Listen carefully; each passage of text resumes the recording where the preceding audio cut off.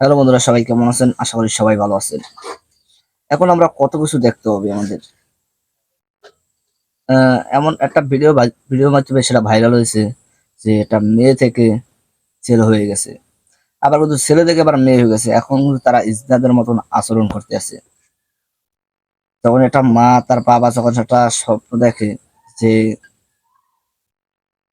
তার ঘরের একজন সন্তান হয়েছে, তখন তার বাবা মা অনেকটা খুশি হয়, কিন্তু এমন সময় তারা এখন ভাবতে পারে না যে তারা কিন্তু ওই পর্যায়ে চলে যাবে। বড় হয়েছে, এখন তারা ইসরাদের মতন আচরণ করতে আছে। মেয়ে থেকে ছেলে হয়ে গেছে, আবার ছেলে থেকে মেয়ে হয়ে যায়।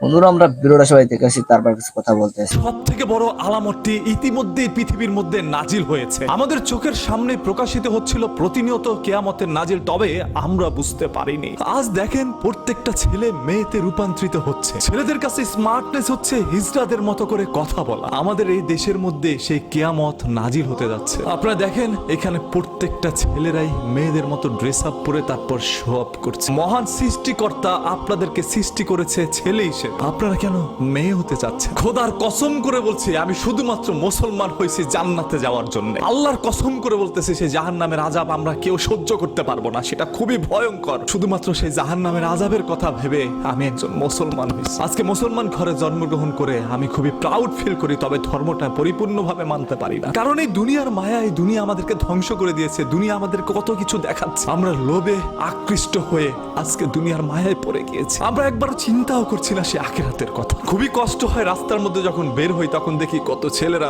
মেয়ে হয়ে যাচ্ছে। আমার পরিচিত অসংখ্য ভাই ব্রাদার আছে যারা এখন মেয়েলি আচার আচরণ করছে। তাদেরকে দেখলে আপনারা মাঝে মাঝে কনফিউশনে পড়ে যাবেন, এরা কি হিজড়া নাকি এরা মেয়ে নাকি এরা ছেলে। একজন বাবা কত খুশি হয়েছিল তার ঘরে যখন একটি ফুটফুটে কন্যা সন্তান এসেছিল। একজন বাবা মা কত খুশি হয়েছিল যখন তার ঘরের মধ্যে একজন রাজপুত্র আসলো। তবে তারা জানতো না যে তাদের সেই সন্তান একসময় হিজড়ায় পরিণত হবে। আরে আমরা যাদেরকে সমাজের মধ্যে হিজড়া বলি, সেই হিজড়াগুলো মহান আল্লাহ তাআলার তরফ থেকে দুনিয়ার মধ্যে আসছে। সেটা তাদের দোষ না। তারা যদি পারতো তাহলে ছেলে হয়ে যেত বা মেয়ে হয়ে যেত। তারা যে কোনো একটি জেন্ডারে রূপান্তরিত হওয়ার জন্য চেষ্টা করে যায়, তারা হিজড়া থাকতে চায় না। তবে এখনকার ছেলেরা টিকটকের মধ্যে আসক্ত হয়ে বা সোশ্যাল মিডিয়া দেখতে দেখতে তারা এখন হিজড়া হয়ে যাচ্ছে। তাদের জেন্ডার নিয়ে সন্দেহ থাকে ভাই। আর তারা নাকি আমাদের বাংলাদেশের মধ্যে জন্মগ্রহণ করছে, তারা নাকি একজন মুসলমান। সব থেকে বেশি লজ্জার বিষয় তো সেটাই, যখন একজন মুসলমান এই ধরনের কাজ করে। আমি আবারও খোদার কসম করে বলতেছি ভাই, শুধুমাত্র আমি একজন মুসলমান হয়েছি জান্নাত পাওয়ার জন্য। যখন জাহান্নামের কথাগুলো শুনি ভাই, আমি সেটা সহ্য করতে পারি না। আমার কাছে খুবই কষ্ট লাগে, খুবই ভয় হয়। সারাটা ক্ষণ এই দুনিয়ার জন্য কাজ করে যাচ্ছি, দুনিয়ার কাজের মধ্যে ব্যস্ত থাকি, তবে আখিরাতের জন্য একটা মিনিট সময় বের করতে পারি না। এই নাকি একজন মুসলমান? কথাগুলো আমি আমার নিজেকেই বলতেছি ভাই, কারণ আমিও পরিপূর্ণভাবে ধর্মটা মানতে পারতেছি না।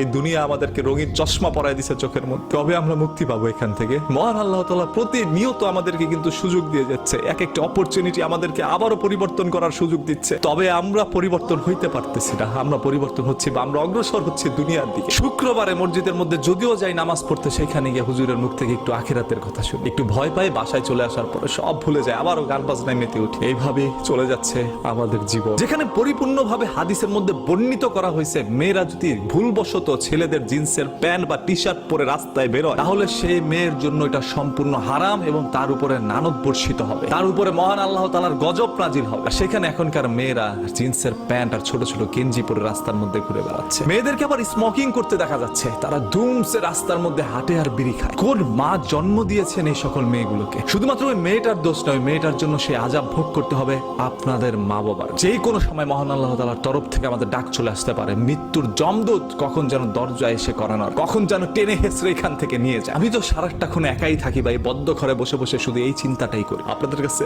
হাত জোর করে বলছি, আমাদের চারপাশে কিয়ামতের আলামত গুলো নাজিল হয়েছে। আপনারা একটু তাকান, চোখ খান খুলে একটু তাকান, হাদিসের দিকে মিলান, কোরআনের দিকে মিলান। যা কিছু ঘটছে, যা কিছু রটছে, সবকিছু কিন্তু কিয়ামতের আলামত। কিয়ামত আমাদের খুব সন্নিকটে। কোনো জায়গায় পালায়াও পার পাবেন না, আপনাকে টেনে হেঁচড়ে নিয়ে যাবে সেই অন্ধকার কবরে। যেখানে নারীদেরকে পর্দা করানো ফরজ হয়েছে, আর সেখানে আপনি একজন হাজবেন্ড হয়ে আপনার বউকে এনে, আপনার বোনকে এনে, আপনার মাকে এনে, আপনার খালাকে এনে, পার্শ্ববর্তী বাড়ি থেকে ভাবিদেরকে ভাড়া করে এনে আপনি ভিডিও বানাচ্ছেন টাকা ইনকাম করার জন্য, প্রকাশ্যে জনসম্মুখে আপনার মা বোনকে দেখাচ্ছে। এ ভাই, লজ্জা লাগে না আপনার? আপনি কি নমরুদ বা ফেরাউন হয়ে গেলেন? ওরাও আপনার চাইতে ভালো ছিল।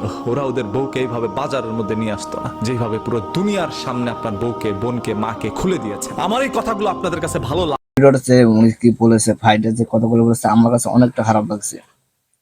দেখা যাচ্ছে যে কিছু কিছু লোক দেখা যাচ্ছে মেয়ে থেকে বা ছেলে থেকে মেয়ে হয়ে গেছে, কাপড় পরা, মাথায় টুপি দেওয়া, রাস্তায় এসে ইজ্জাতের মতন আচরণ করতে আছে।